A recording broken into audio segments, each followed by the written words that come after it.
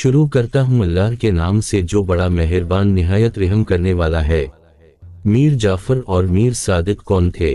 उन दोनों की मुख्तसर सी तारीख आपको बताते हैं ताकि आपको पता चले कि सिपा सालारों में भी ऐसे गद्दार मौजूद होते हैं जो अपने मफादात के लिए मुल्क का नुकसान कर लेते हैं। हिंदुस्तान की तारीख बहुत लंबा है। जमाना कदीम से आज तक हिंद के ज़मीन पर बहुत से किरदार उभरे। एक तरफ टीपू सुल्तान जैसे अजमत के मीनार हैं, तो दूसरी जानिब मीर जाफर और मीर सादिक। आज सियासत के मैदान में कोई खुद को टीपू सुल्तान कहे ना कहे, लेकिन अपने मुखालिफिन को मीर जाफर और मीर सादिक ज़रूर कहता है। आखिर मीर जाफर और मीर सादिक ने ऐसा किया था कि आज भी उनका नाम एक गाली के मुतरादिफ है। आइए तारीख के सफ़हात खोलते हैं और जानते हैं इन दो किरदारों के बारे में जिनका नाम आज भी नफरत के काबिल समझा जाता है। शायद आप जानते हैं कि अंग्रेज़ों ने हिंदुस्तान में सबसे पहले कदम बंगाल की सरजमीन पर रखे थे। ये पूरे हिंदुस्तान का सबसे अमीर इलाका था, जहां नवाब सिराज उद दौला की हुकूमत थी, जो अली वर्दी खान की जगह सिर्फ 23 साल की उम्र में तख्त पर बैठे थे। ये वो ज़माना था जब अंग्रेज़ अपने कारोबार की हिफाजत के नाम पर छावनियाँ बना रहे थे। सिराज उद दौला ने इस अमल की मुखालफत की तो सूरत हाल कशीदा हो गई और मामलात यहाँ तक पहुँच गए कि नवाब और अंग्रेज़ों में बराह रास्त टकराव हो गया। नवाब सिराज उद दौला ने कलकत्ता पर कब्जा कर लिया, जिसे छुड़ाने के लिए अंग्रेज़ों को बहुत पापड़ बेलना पड़े, और इसके बाद इन्होंने फैसला कर लिया कि अब सिराज उद दौला से छुटकारा हासिल करना पड़ेगा। लेकिन कैसे? उसके लिए इन्होंने हर वो हरबा आजमाया और बिलाखिर नवाब के सिपा सालार मीर जाफर का एतमाद हासिल करने में कामयाब हो गए। मीर जाफर रॉबर्ट क्लाइव से मुलाकात करते हुए अंग्रेज़ों ने मीर जाफर से वादा किया कि अगर वो सिराज उद दौला को हटाने में अंग्रेज़ों की मदद करे तो इसे बंगाल का हुक्मरान बना दिया जाएगा। तसादुम नागुज़ीर था। जून 1757 में पलासी के मैदान पर नवाब सिराज उद दौला की 55,000 की फौज का सामना अंग्रेज़ों के 3,000 सिपाहियों से हुआ। अददी लिहाज से तो दोनों का कोई मुकाबला ही नहीं था, लेकिन तब वो फैसला कौन मरहला आया जिसमें मीर जाफर की गद्दारी ने अपना किरदार अदा किया।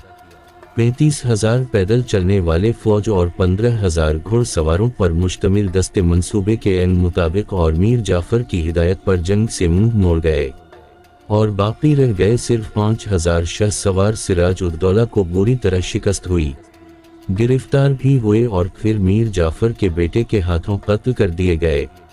वादे के मुताबिक मीर जाफर को बंगाल का हुक्मरान तो बनाया गया, लेकिन ऐसे गद्दार पर कौन एतमाद करता। अंग्रेज़ों ने उम्मीदें पूरी न होने पर उनसे भी इक़्तिदार छीन लिया और बंगाल हिंदुस्तान का वो पहला इलाका बना जो डायरेक्ट कंपनी रोल में आया। हिंदुस्तान के ज़वाल का आगाज़ हो चुका था एक गद्दार के हाथों। जंग पलासी के बाद अंग्रेज़ों के बढ़ते कदमों को रोकने वाला कोई नज़र नहीं आता था। एक के बाद एक शिकस्त और हिंदुस्तान पर गुलामी की जंजीरें सख्त होती चली गई, यहाँ तक कि ठीक 100 साल बाद 1857 में सोने की चिड़िया मुकम्मल तौर पर गोरों की गिरफ्त में आ गई, यानी अंग्रेज़ों के हाथों में। इस पूरे दौर में जिस एक शख्सियत ने काबिज ताकतों का जमकर मुकाबला किया, वो टीपू सुल्तान थे। वो जनूबी हिंद की रियासत मैसूर के हुक्मरान थे, जहां वो अपने वालिद हैदर अली की जगह 1782 में हुक्मरान बने थे। रियासत मैसूर ने अंग्रेज़ों के खिलाफ 4 जंगें लड़ीं, जिनमें से 3 में टीपू सुल्तान मुकाबिल थे। एक जंग में इन्होंने ज़बरदस्त कामयाबी भी हासिल की और अंग्रेज़ों को मुआहिदे पर भी मजबूर कर दिया, लेकिन दूसरी जंग में शिकस्त खाई और आधी रियासत अंग्रेज़ों और दूसरे मुखालिफिन के हाथ चली गई। आखिरी जंग फैसला कून थी, जिसमें सिर्फ अंग्रेज़ ही नहीं मुसलमान हिंदू सभी फतह अली खान टीपू सुल्तान के खिलाफ मुत्तहिद हो गए। टीपू सुल्तान ने मई 1799 में सरंगापट्टनम के मुहासरे में दुश्मन अफवाज से लड़ते हुए जामे शहादत नोश किया। टीपू सुल्तान की इस शिकस्त में बुनियादी किरदार था। अपने ही वजीर मीर सादिक का अंग्रेज जानते थे कि हिंदुस्तान पर उनके कब्जे का ख्वाब पूरा होने में अगर कोई रुकावट हायल है तो वो टीपू सुल्तान है। इन्हें शिकस्त देने के लिए इसलिए वही पुराना हरबा इस्तेमाल किया गया, जैसे सिराज उद दौला के खिलाफ मीर जाफर को लाया गया। वैसे ही टीपू सुल्तान के अपने ही हल्के से चंद गद्दारों से काम लिया गया।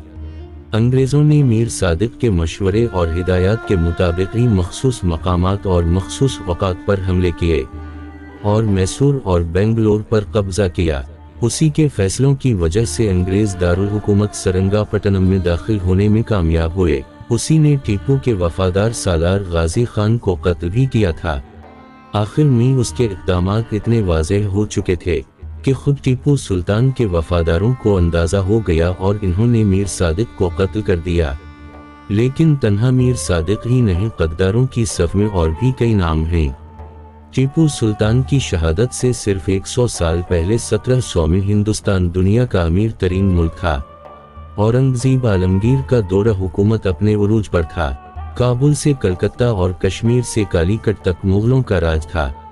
लेकिन सिर्फ एक सदी में हिंदुस्तान पर अंग्रेज ऐसे काबिज हुए कि इन्हें रोकने वाला कोई नजर नहीं आता था और सदी मुकम्मल होने तक मुज़ाहमत का आखिरी बाब भी टीपू सुल्तान की सूरत में बंद हो गया।